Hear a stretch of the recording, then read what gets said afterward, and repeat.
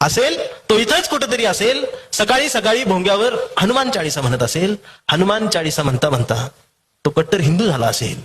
रेल्वेच्या इंजिनासारखा तापला असेल आणि तो हिंदू होऊन मातोश्रीवर आला असेल. असेल तो इथंच कुठेतरी असेल. मातोश्रीवरचा धनुष्यबाण घेऊन खेळत असेल आणि धनुष्यबाण घेऊन हळूच गुवाहाटीला पळाला असेल. असेल तो इथंच कुठेतरी असेल. गुवाहाटीला गेल्यावर झाडी डोंगर हटील बघून मोहरला असेल, बहरला असेल. पण एवढ्यात 50 खोके एकदम ओकेच्या घोषणा ऐकून तो गोंधळला असेल. असेल तो इथंच कुठेतरी असेल. मला धरून नेतील का?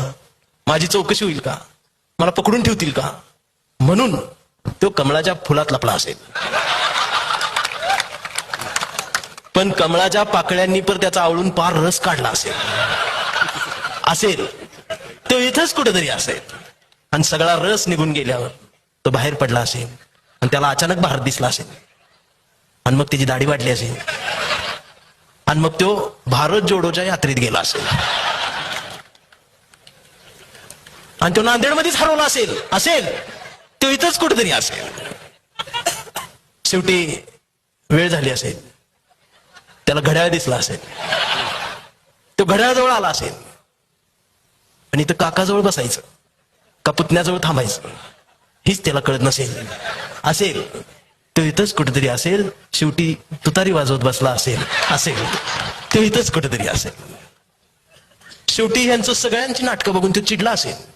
तो पॅन्थर झाला असेल, विद्रोही झाला असेल आणि तो डायरेक्ट RPI मध्ये गेला असेल. पण त्याच्याच अध्यक्षाच्या कविता ऐकून ऐकून